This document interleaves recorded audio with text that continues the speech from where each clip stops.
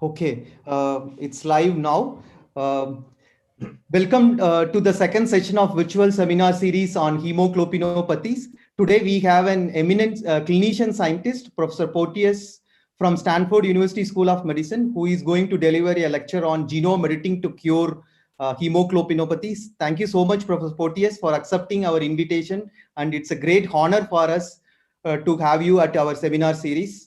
Today's session will be shared by Dr. Gaurav Karia. Dr. Karia is a clinical lead at Center for Bone Marrow Transplantation and Cellular Therapy at Indraprasada Apollo Hospitals, New Delhi. Before I hand over to Dr. Gaurav, since there are a lot of clinicians in the audience, in just one slide, I will just go over what we are doing related to hemoglobinopathy research at IGIB. Maybe it will take 1 or 2 minutes. So I'll just share my screen. Okay, I'm going to stop sharing. There you go. Sure. Thank you. Yeah.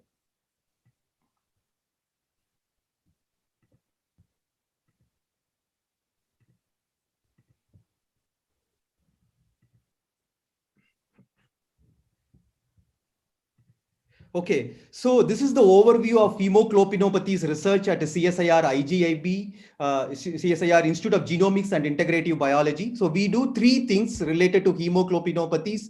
One is genetic screening for sickle cell anemia and thalassemia. So if the clinician has a patient, he can refer to us. So we do genetic screening. We can find out in the case of thalassemia, we will find out that thalassemia mutation, and then we will report back to the clinician. The second one is iPS-based disease modeling for sickle cell anemia and thalassemia. So we take patients' PBMCs and then reprogram them into disease-specific iPSC line. And then recently we have created a small iPSC cell bank for sickle cell anemia and thalassemia. Thalassemia, we have a couple of lines with various disease mutations, which are all most prevalent in Indian subcontinent. And then this iPSCs, we have also, it can be used for disease, it can be differentiated into various cell types. It is a disease in a dish. So we have used genome editing approach and created isogenic iPSC lines.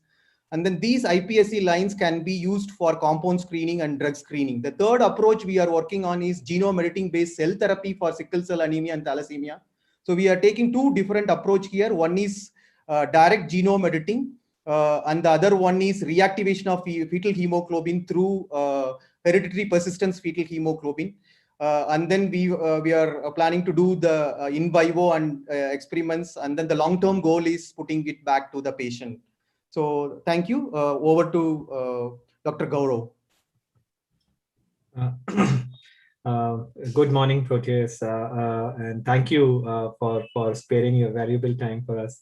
I assume it's early morning there, around 7:30 a.m. So thank you very much. So a brief introduction about Dr.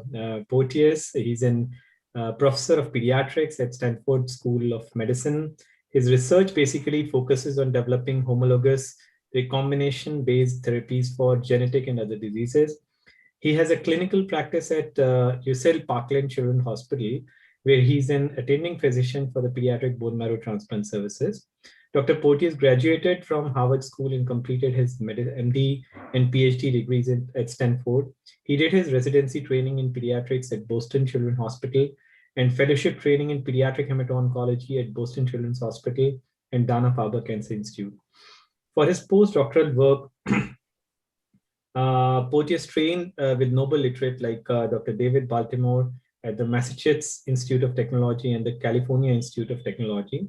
During this time, he began studying gene editing and was the first to show that engineered nuclease could be used to precisely modify human cells by homologous recombination.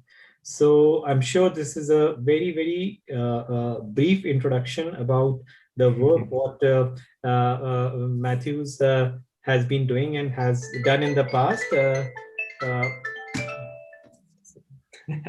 Sorry. No problem. It's the Zoom world. Yeah.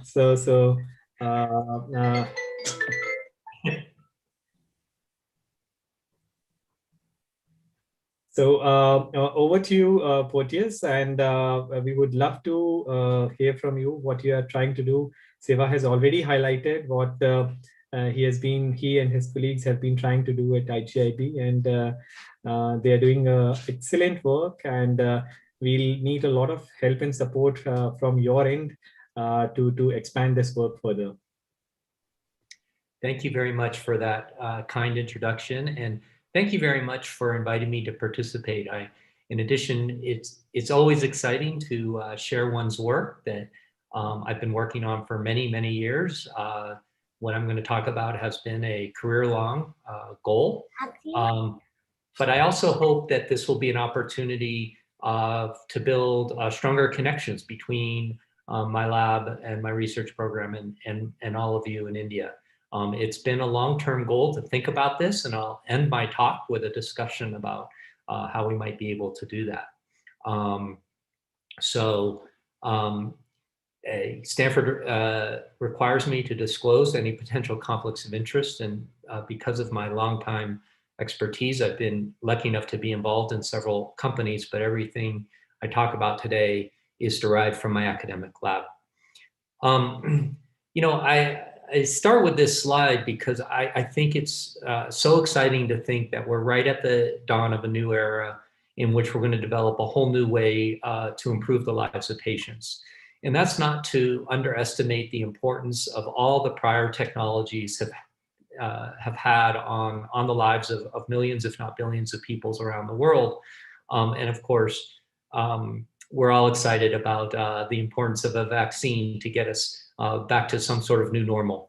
Although I will have to say that it's pretty exciting to be able to be in California and yet also be at a conference in India at the same time. And I think that possibility we should continue. But what I like to emphasize is that genetically engineered cells specifically have an entirely different pharmacokinetics and pharmacodynamics than these other prior modalities. And because, particularly if you think about modifying a stem cell, they can migrate to all tissues of the body or to the bones, they can generate progeny, and they can last the lifetime of a patient. And I think this lifetime durability raises the possibility to use the four-letter word called cure for many diseases, including sickle cell disease and beta thalassemia.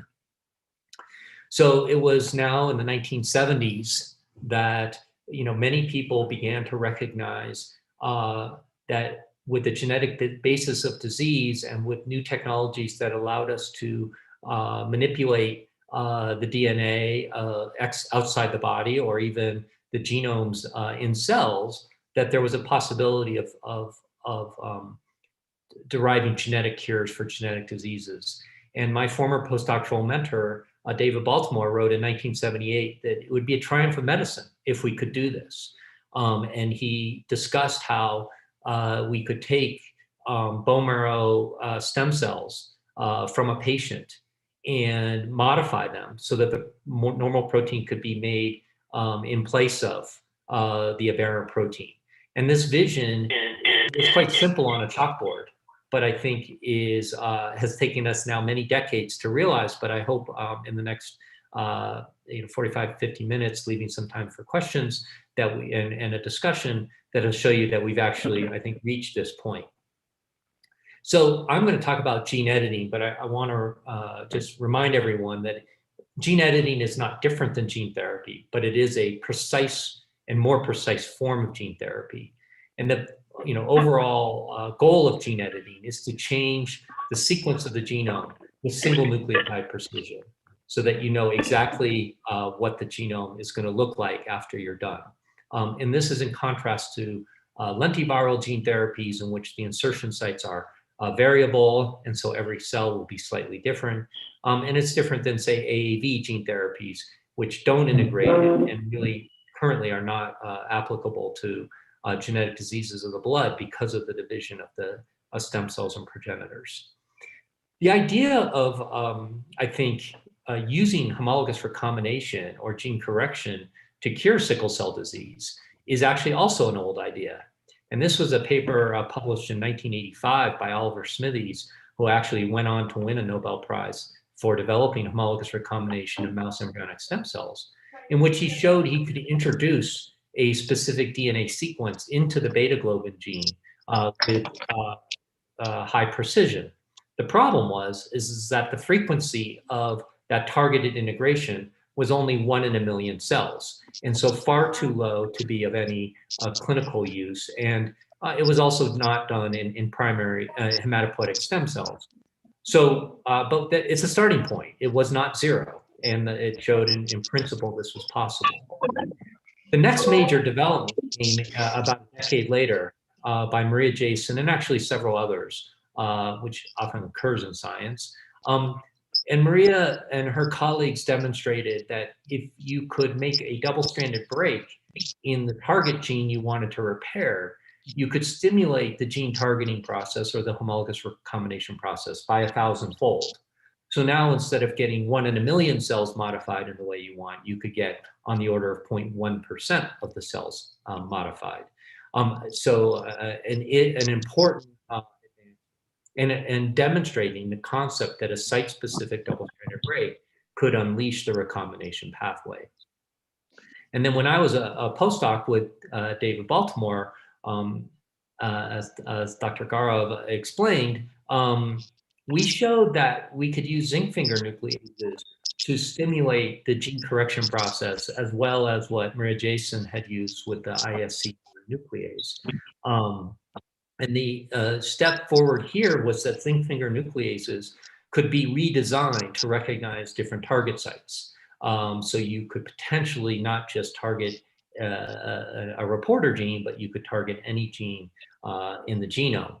And there was about a decade of work with zinc finger nucleases, but they were very challenging to really make in high quality. And while Sangamo Biosciences continues to develop zinc finger nuclease editing, most others have had to move on to different platforms.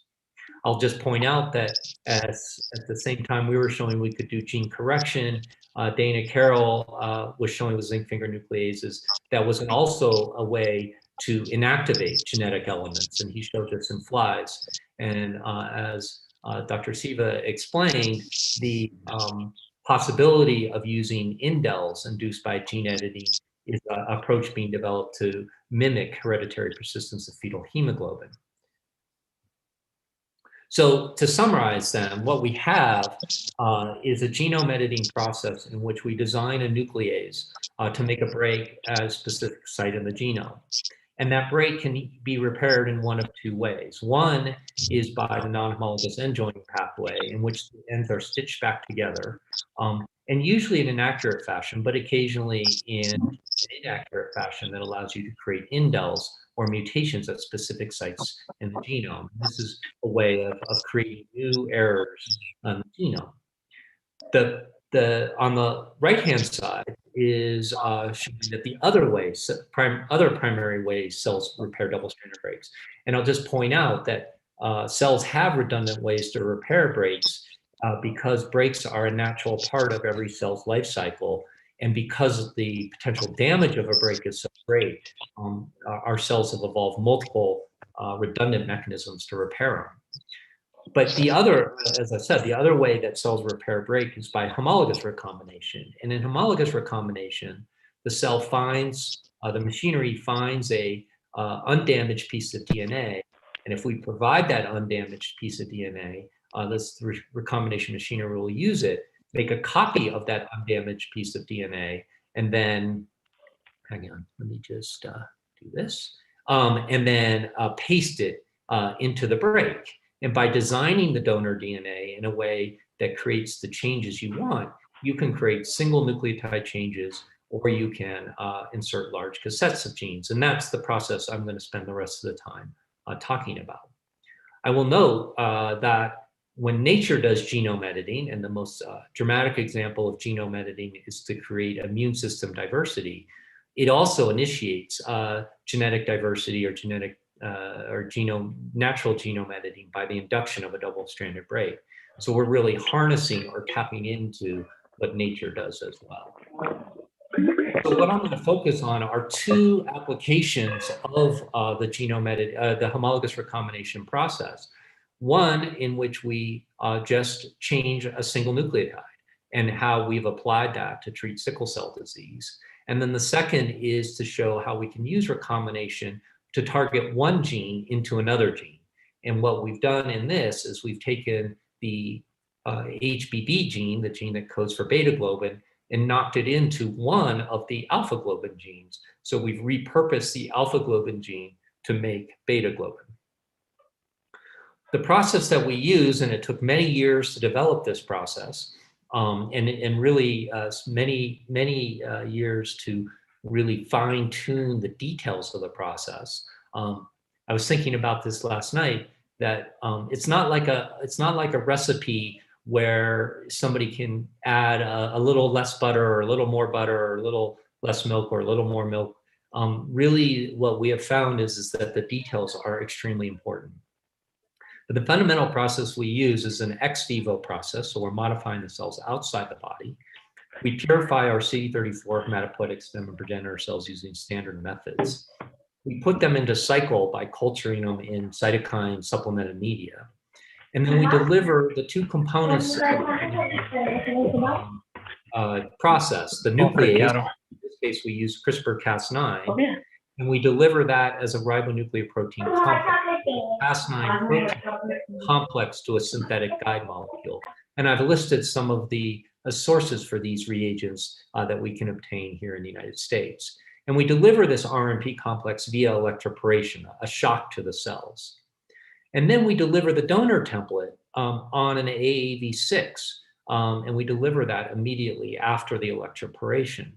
The reason we use a viral vector to deliver the donor is we learn that naked DNA, plasma DNA, which works so well in some of the cell lines we work with, induces a highly toxic type 1 interferon response in hematopoietic stem and progenitor cells. So we've, again, harnessed nature's ability through viruses to deliver DNA to the nucleus with minimal detection. Not no detection, but minimal detection, and certainly much less than what we see with naked plasma DNA. So we're going to use this function for sickle cell disease to rescue a missing function. And of course, this can be applied to hundreds, if to thousands of diseases that affect hundreds of millions of people around the world. And one of the points I make is that even though some of these diseases are considered quite rare, the reality is every patient with a serious genetic disease affects a much larger community of people, what I call the echoes of the disease. And so I'm now going to focus for the next bit of time on sickle cell disease. Now, I realize probably many people in the audience are very familiar with this disease, but just briefly, let me summarize the real devastating nature of this. So it's an autosomal recessive disease in which both copies of the beta globin gene, generally for sickle cell disease, have the patient inherits a sickle allele, the HBS allele, from their mother and father. And every sickle allele has the same nucleotide change, an A to a T at codon 6 of the beta globin gene. This leads to a single amino acid change, a charged glutamic acid to a polar valine. And in the deoxygenated state, the sickle hemoglobin tetramer exposes a hydrophobic surface that then leads to polymerization. And that polymerization of the hemoglobin molecules converts the red blood cell into the sickle shape, giving the disease its name. These sickle red blood cells occlude small blood vessels in the body, thereby inhibiting oxygen delivery to all tissues in the body, leading to destructive systemic destruction of all the organs of the body, including the CNS, the lungs, painful crises in the bone, the kidneys, and basically every system you can think of. Now, in the United States, the median lifespan for patients with sickle cell disease is in the mid-40s. In Africa, the median lifespan is in the first decade of life. And actually, I probably will be educated by you about the variability in the lifespan of patients with sickle cell disease in India. I will say what I do know about sickle cell disease in India is that there's a genotype that is associated with high fetal hemoglobin, and that gives some protection against the consequences of the disease.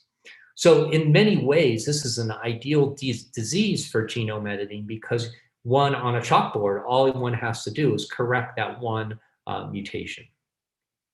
I will say that one of the ways that people have shown that corrected stem cells, hematopoietic stem cells, can cure this disease is by allogeneic bone marrow transplantation, in which you use immunologically matched stem cells from immunologically matched stem cells, usually from a relative, and transplant them as part of an allogeneic stem cell transplant. And this was first demonstrated in 1984 with a girl who had AML and sickle cell disease. And after her bone marrow transplant, she was converted to sickle cell trait, the blood genotype of her brother, and was also cured of her AML. So in principle, this shows that one can cure the disease with so-called genetically corrected hematopoietic stem cells. The problem is that most patients do not have an immunologically matched donor. And even when there are immune matches, there are still significant immune complications, including graft rejection, graft versus host disease, and poor immune reconstitution. So what we'd like to do then is replace allogeneic cells and use genome editing to correct the patient's own cells, in which case every patient would be their own donor, and we wouldn't have to worry about the immune complications of allogeneic transplantation. So a large team of people in my lab, including Annalisa Latanzi, Rasmus Back, Danny Dever, Joe Camarena, and many others, we first demonstrated in 2016 that if we designed a guide RNA that was highly active in making a break next to the sickle cell mutation. So here's where the sickle cell mutation is, and here's where our break is. And we design a donor that converts the pathologic T to the non-pathologic A. We put silent mutations into the guide RNA binding site so it can't recut after the recombination process. And then we put silent changes between the cut site and the change we want to make to facilitate full correction rather than just partial recombination. And using this system and using CD34 cells derived from sickle cell disease patients, we are able now to achieve in the laboratory between 60 and 80% allele correction. Really a remarkable increase over 1 in a million from Oliver Smithies, and then even 1 in 10,000 from Maria Jason. And this is at the right site and in the right cells. So when we convert those sickle cell disease CD34 cells into red blood cells in vitro, what we find is that we convert all of the pathologic hemoglobin S to essentially over 90% of the non-pathologic hemoglobin A. And as some of you may know, if you can keep the amount of hemoglobin A over 70%, the patient really has a hematologic cure. Okay. One of the important questions then is that if we take these cells through this relatively complicated process of purifying them, culturing them in cytokines, electroporating them, adding a virus, do they still remain their stem? Do they still retain that long-term hematopoietic stem cell property that I argued is really important to give lifetime durability? So one way we looked at this, and this was work led by Ron Bake in the lab, is to purify the CD34 population into different subpopulation. So CD34 is a cell surface marker that marks stem cells, but also progenitor cells.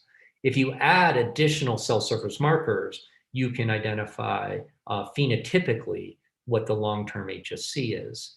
And what Ron found is that while in the bulk CD34 cells, the allele correction frequency was between 70 and 80%, the allele correction frequency in the long-term HSC was slightly lower, between 50 and say 63%. I'll note that what we see here is these are cells from 4 different people, and you can see there is some variety in the frequency of recombination or gene correction that occurs between donors. So we will have to take this into account as we move forward. Nonetheless, 50% allele correction, as I'll discuss, is still higher than what we think we need to achieve to cure a patient. So we'd like also to use an animal model to show this, and Siva showed how they're working to use animal models. And what I just want to highlight, and it's really been a challenge for us in the entire field, is what animal models, mouse models, all have their inherent weaknesses. And the question is are the weaknesses, how much should we trust them? And I'll show you why we struggle with the NSG mouse model. It's because depending on where we get our cells from, we can either see that the frequency of gene-corrected cells after transplantation into the NSG mouse model is completely maintained. So these were peripheral blood CD34 cells from sickle cell disease patients, but non-mobilized. And you can see the level of allele correction did not drop after transplantation in mice, although there was some variability. If we use CD34 cells from healthy donors, that is people who don't have sickle cell disease, we had an allele correction frequency, again, of about 50 to 60%. But after transplantation, there was an incredible variability in the mice, with some mice having 70%, almost 70% of the alleles corrected in the human cells, and others less than 5%. Whereas if we use CD34 cells from sickle cell disease patients, again, there's a drop from 50 to 60%, now down to 30%. But, and again, a wide variability in the mouse. Now, different sickle cell doctors have made arguments about what level of correction might be needed to cure a patient. Mark Walters and his colleagues have argued that as little as 5% allele correction might provide significant benefit. John Tisdale and Courtney Fitzhugh have looked at some of their patients and have said that 15% allele correction, which is a 20% cell correction, should be necessary. And Marina Cavazana and her group at Paris have argued maybe in certain patients it might be higher. So we just don't know what the exact level is, but we've been taking the Tisdale Fitzhugh number as one that we should target. And we can see we can achieve that even in this mouse model. Now, as we were doing this work, our lab neighbors, Hiro Nakauchi and Adam Wilkinson, had developed ways of culturing mouse HSCs, a really effective way of culturing mouse HSCs. And Danny Dever and Adam began talking and said, well, there's this humanized sickle cell mouse called the Townes mouse, in which Tim Townes, now I think 2 decades ago, replaced the mouse globin genes with human globin genes, which meant we could use our same reagents. And so to test whether the process I described to you, RMP with AAV6, worked in mouse HSCs, Adam targeted a GFP cassette into the Rosa 26 locus, the sort of safe harbor locus in mice, and found that he could get about 17% of the cells to be GFP positive. And what was really exciting to me is that and this was one experiment. Here's the range of targeted integration at Rosa 26, which averaged 25.5%. When he transplanted these cells into mice, unlike what I showed in the human into mouse example, is we did not see a significant fall, even after secondary transplant, of the gene-corrected cells across the red cell lineage, platelet lineage, B cell lineage, and T cell lineage. So this showed that in a non-xenogenetic setting, there might be a good opportunity for the gene-targeted cells to engraft quite well. And so then Adam and Danny applied the system to the sickle cell Townes mouse. And while our correction, our manufacturing process is not as efficient in mouse cells, we were on average able to get about 20% allele correction. And when these cells were transplanted into mice, we saw that there was some variability in the myeloid engraftment.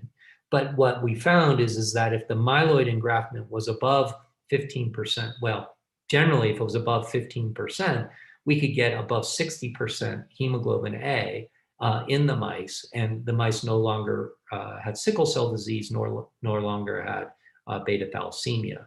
So this demonstrated that we could cure the humanized mouse model, and that as would be predicted from the understanding the physiology of the disease, we could, there was a selected advantage for the non-sickling red blood cells.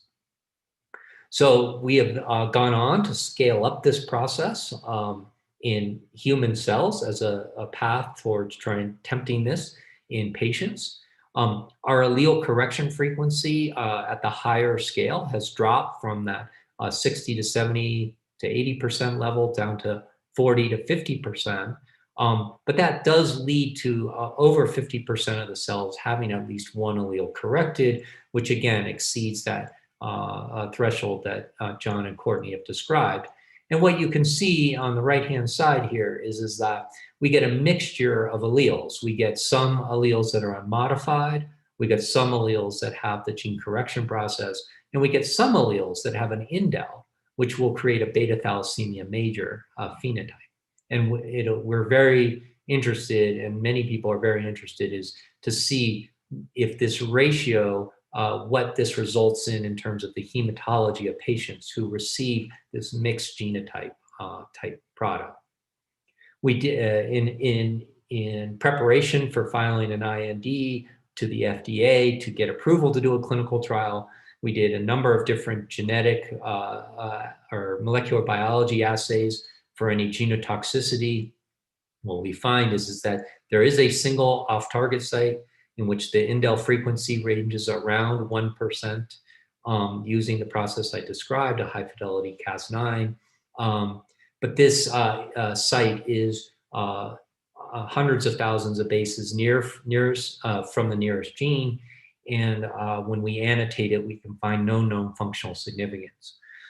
We also worked with Richard Frack, a colleague and collaborator of mine at Stanford, to look for chromosomal translocations. And what we found is with this high fidelity Cas9, the frequency of translocations between the on-target site and the off-target site was on the order of 0.04%.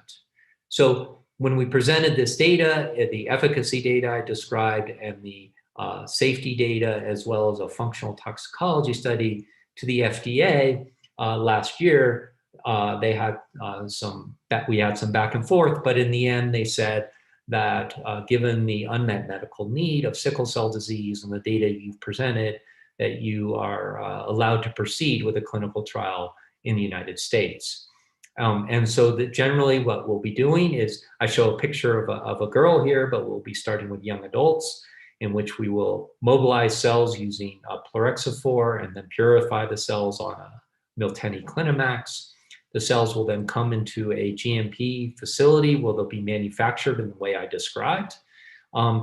The product will be cryopreserved and characterized for cell number, percent correction, sterility, and a number of sort of standard criteria.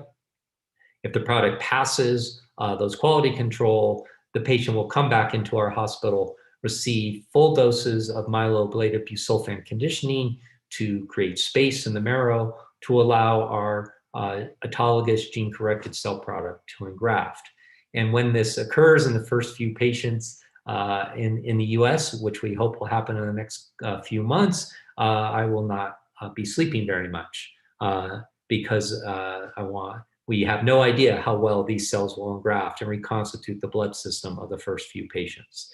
But it's still nonetheless very exciting to see that finally we've gone from an idea on a chalkboard to actually a clinical trial. I will say just in passing that because we're doing this all ex vivo, it turns out that reagent supply is not as limiting as it is for in vivo gene therapies or even for ex vivo lentiviral therapies. And we now have on hand reagents to treat thousands of patients from single lots, which really gives, I think, a different possibility in terms of really scaling this up for the hundreds of thousands, if not millions of patients around the world. So now I'm going to switch, and after I'm done in the next, hopefully 10 minutes, I look forward to your questions on the sickle cell disease program. But now I'm going to switch to the other major hemoglobinopathy, which is beta thalassemia. And again, as probably many of you know, this is a disease that's a cousin of sickle cell disease because it's caused by mutations in the beta globin gene. But instead of generating a pathologic protein, the major problem in beta thalassemia is you don't generate enough beta globin protein. And so what this leads then is to an imbalance of, too little beta globin, so you have a severe anemia, and too much alpha globin or unpaired alpha globin chains, which leads to toxic aggregates and causes ineffective erythropoiesis in the bone marrow. So and what we know actually from David Weatherall and Doug Higgs and many others is that reducing the amount of alpha globin can actually make beta thalassemia slightly less severe. It doesn't cure the disease, but it can make it slightly less severe. So what we hypothesized was that if we could knock the beta globin gene into one of the alpha globin genes, we would solve both problems with one editing event. And the idea here is that, again, we would replace one of the alpha globin genes with a beta globin gene. So we're going to create maybe alpha thalassemia in combination with beta thalassemia. Alpha thalassemia trait with beta thalassemia trait. Okay, so the first thing we needed to do was identify a guide RNA that would cut one of the alpha globin genes, but not both, because I sort of misspoke, we don't want to create alpha thalassemia. And so we found, I'm going to focus on guide 5. There is no sequence differences between alpha 1 and alpha 2 in the coding region. So we had to look outside the coding region in 3' UTR. And we found that this guide 5 was able to cut alpha 1, but not cut alpha 2. So then we asked whether we could integrate a GFP cassette into alpha 1. And what we found is that we could get about 30% integration of a GFP cassette into alpha 1 with guide 5 without integrating into alpha 2. So then we needed to move on and say, okay, I just need to, oh, well, I can't do it. Sorry, just 1 second here. Okay. I couldn't see my own data.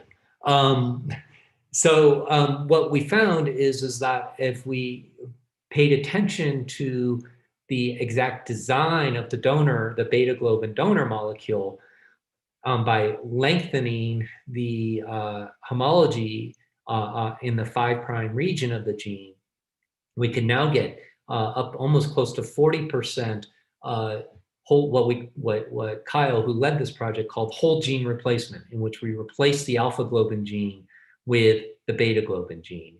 And you can see a median of 36.5% of the alpha 1 alleles were replaced by a beta globin gene.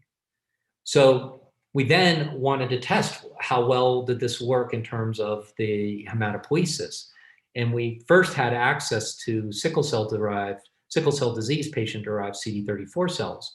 And what you can see is that when we use the HbA1 UTRs and the long homology arms, we can achieve a good alpha globin peak, a good hemoglobin A peak here compared to the hemoglobin S peak. And what we could see is that the percent of hemoglobin A was directly proportional to the percent targeted alleles. And again, in purple are the longer homology arms. So this showed that we might have a chance of getting enough hemoglobin A to rescue a beta thalassemia major phenotype. And so we were able to obtain beta thalassemia patient-derived CD34 cells. And after the whole gene replacement process, we found about 50% of the alleles of HbA1 had HBB. And when we differentiated those into red blood cells, we find that the ratio of HbA to HBB was now nearly equal, in contrast to the mock-treated cells. And importantly, when we differentiated those cells into red blood cells, we found that the ratio now of beta globin to alpha globin was 0.5, which is the ratio that is found in beta thal trait. And this was work done by Vivian Sheehan. So we think now we have what one might call a universal strategy for beta thalassemia, because we are not targeting the beta globin gene, the HBB gene itself, but instead targeting the alpha globin gene with a beta globin gene to compensate. So we're continuing to develop this, and actually that beta thalassemia manuscript is just, hopefully will be coming out in press in the next month or so. Of course, one day, and I know there's probably some allogeneic stem cell doctors on listening in, and I'm one of them, but I think we can all agree that if we could replace allogeneic stem cell transplants with gene-corrected autologous transplants, that would be a boon. So I would say that one of the big challenges is, I'm showing a picture here of Lucille Packard Children's Hospital where I work, and of course academically, if I can cure 1 or 2 patients at Lucille Packard Children's Hospital, that would be an academic success. But I think one of the reasons I'm excited to be on this call is that for patients with the disease, that's not really a success. And we need to figure out how to get these curative therapies to all parts of the world. And so I do think that because genome editing is such a new technology, we have an opportunity to change the equation about how curative therapies get to all patients. That we have the opportunity to say the old way of drug development is not the right way, and let's create a new paradigm. So here's the steps that I think we need to achieve to make bringing such gene-edited, gene-corrected curative products to patients all around the world. It needs to, we need to develop a process that's outpatient and cost-effective. Outpatient because there's simply too many patients and they would overwhelm our hospitals, and cost-effective because there's so many patients, we can't make this really expensive. So I will really acknowledge that the stem cell transplant doctors in India have proven that allogeneic stem cell transplant, which is a much more complicated process than autologous stem cell transplant, can be done at significant reductions in costs than it is in the United States. So there is really an opportunity here to take a very expensive process and make it much cheaper. So for autologous gene editing processes, I think we need to take out the GMP room and put it into a closed system manufacturing process. And I'm very optimistic that this can be done because this is an engineering problem. This is not a biologic problem. And there are fantastic engineers all around the world who can solve this problem. And there's already some prototype devices that I think give us some hope that this can be done.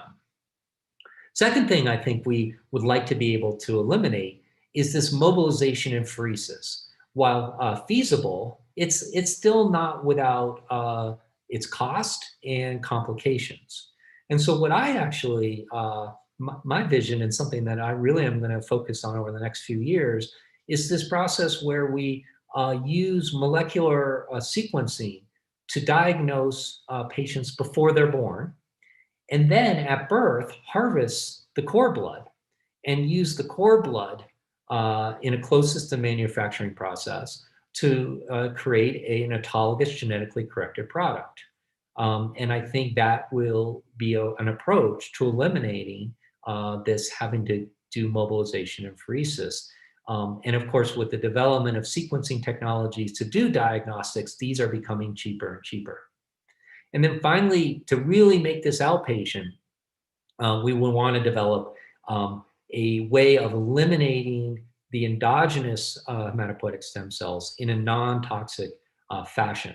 Now, I don't think we need to get there right away. I think it's, I didn't show it so much, but I'm a firm believer that iterative improvements are the way we get to where we want to go.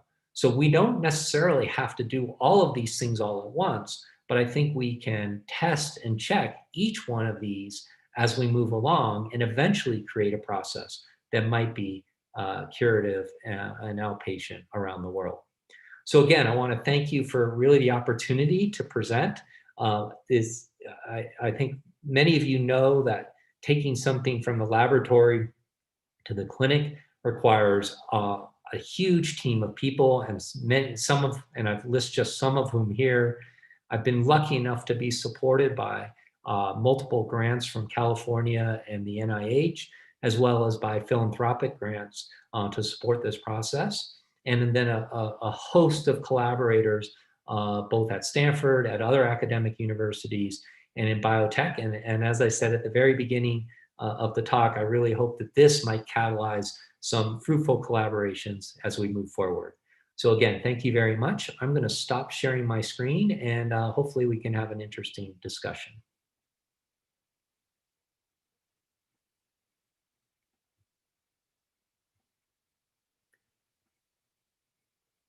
Okay, so Vinod Skaria asks, yeah, I see some questions in the chat. Do you mind if I just take them?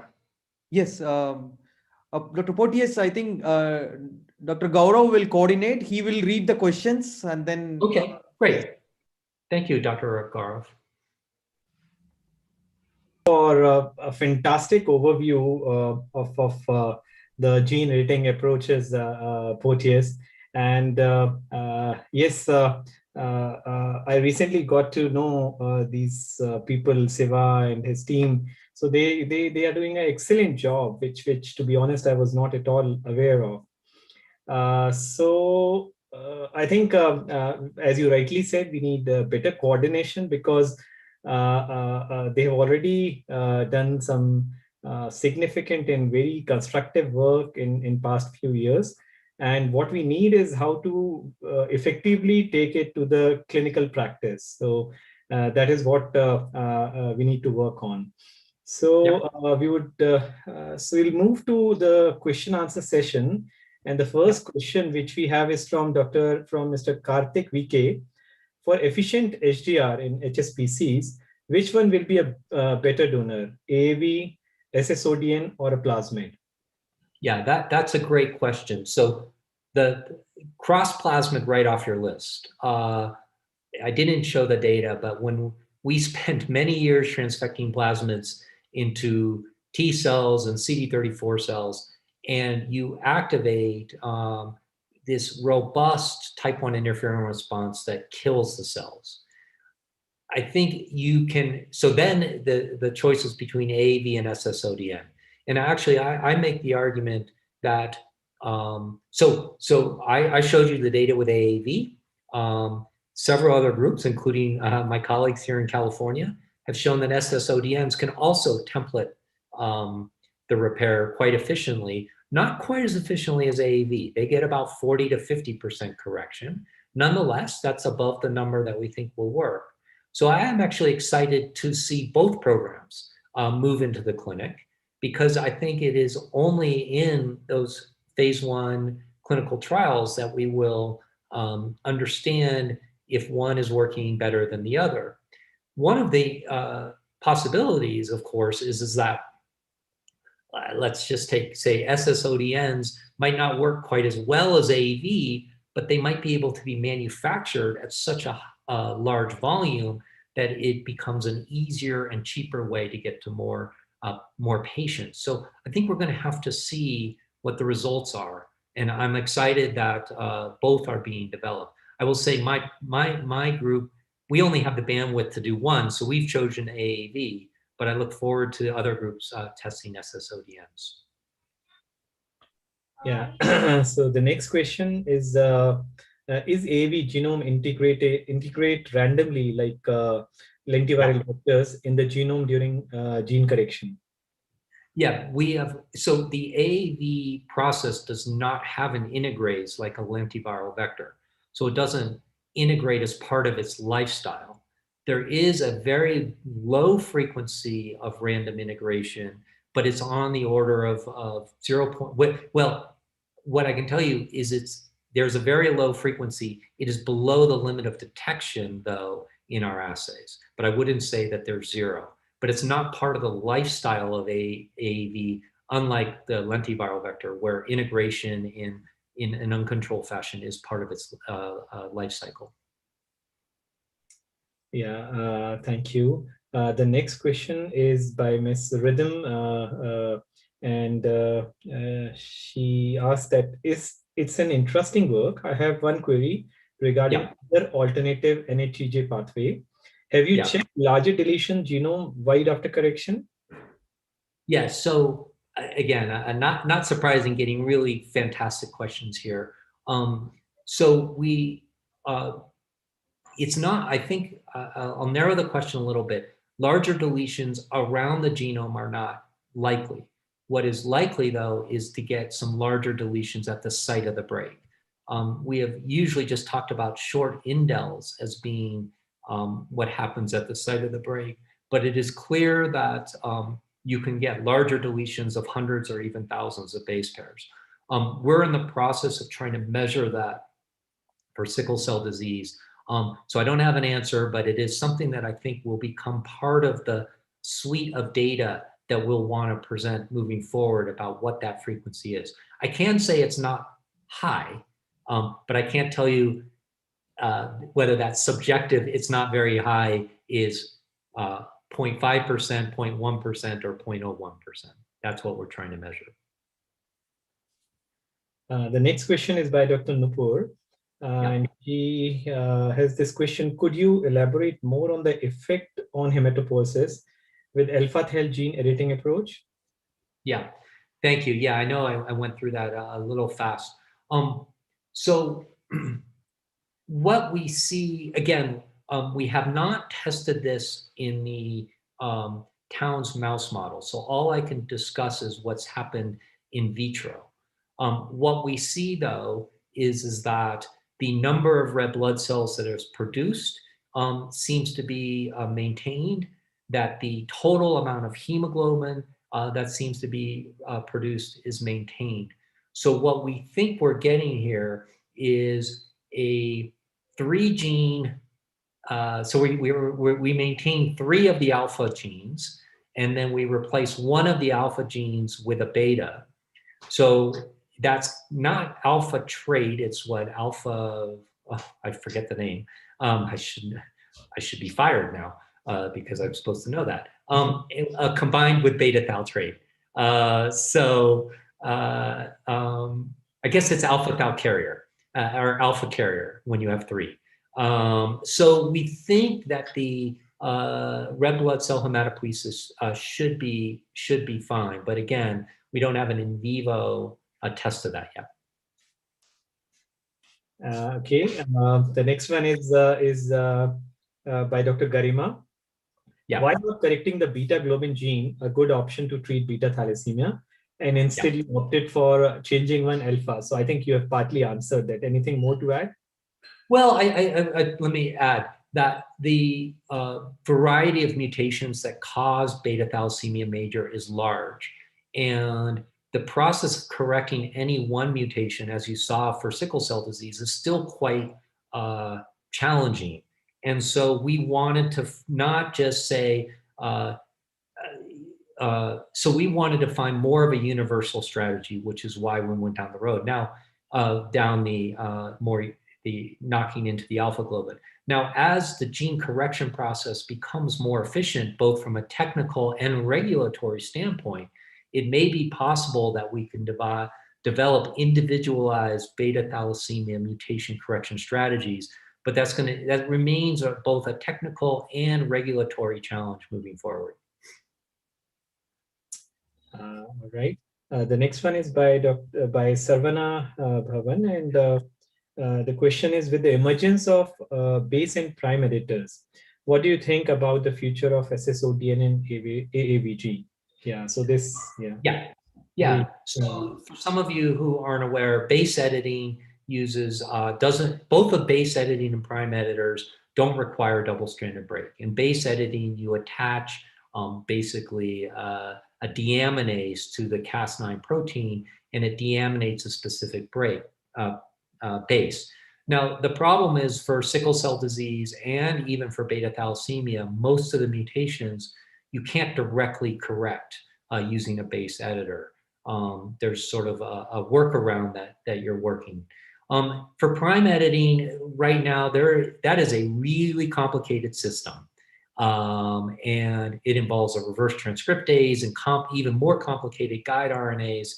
And so moving that out of a 293, HEK293 T cell into a hematopoietic stem cell is going to take a lot of work.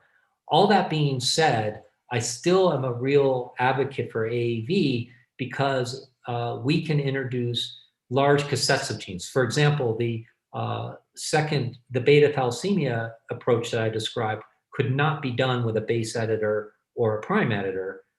It can only be done where you can insert 2 or 3 kb at a time, which is still really only possible using a recombination. Right, so these were the questions from the I think they were more from the researchers from a clinical point of view. So as we highlighted by Siva, so I'm a pediatric hemato-oncologist and have been involved in transplants for almost a decade or more than that. A lot of my work is focused around sickle cell disease. I think we have done close to 100 transplants, or a little bit more than that, just for sickle cell disease. And from 2014 onwards till now, I mean, it has been a very, very interesting journey, including both matched sibling donors and haploidentical transplant.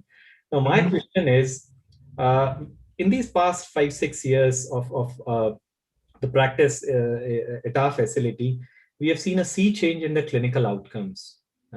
So the clinical outcomes in the initial cohort, initial 1 or 2 years, were much inferior, even when we adopted the same approaches which were used by our colleagues in Europe, where I was trained. So Josu and Selim are very dear friends. So Josu is my mentor as well. But somehow the initial outcomes were not good. And then we sort of modified our strategies based on the needs of our patients, because we were getting few Indian patients, and majority of our patients were from African continent. And with that, the outcomes have improved significantly.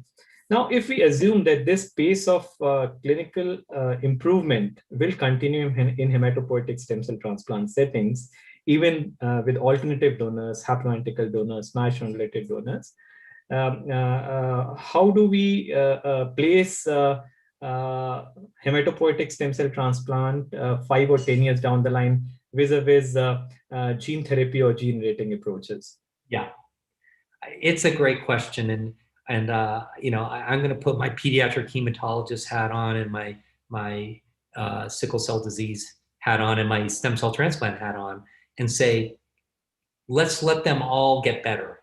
Let's have a little competition here, and let's see if how well post-transplant Cy works in other parts of the world. Let's see how well allo works. In the meantime, you know, push me to do better and better around autologous gene editing. And in 5 and 10, instead of trying to predict now which one is going to work, let's see the data in 5 years.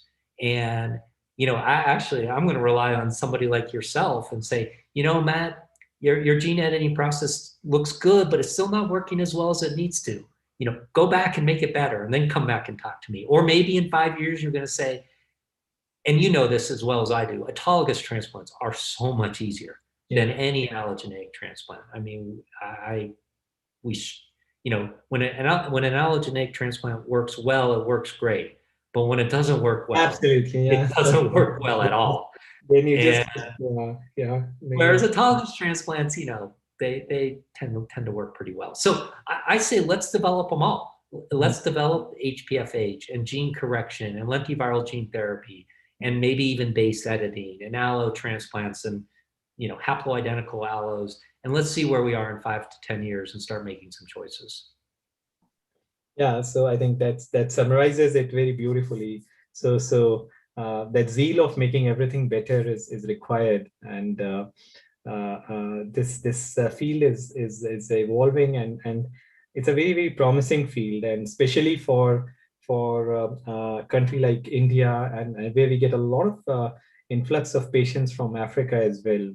So all these approaches will be very promising, because what I feel, as you rightly said, that all these modalities will have their place in different patient settings. So whether it is a gene editing approach or viral vector-based gene therapy approach or hematopoietic stem cell transplant.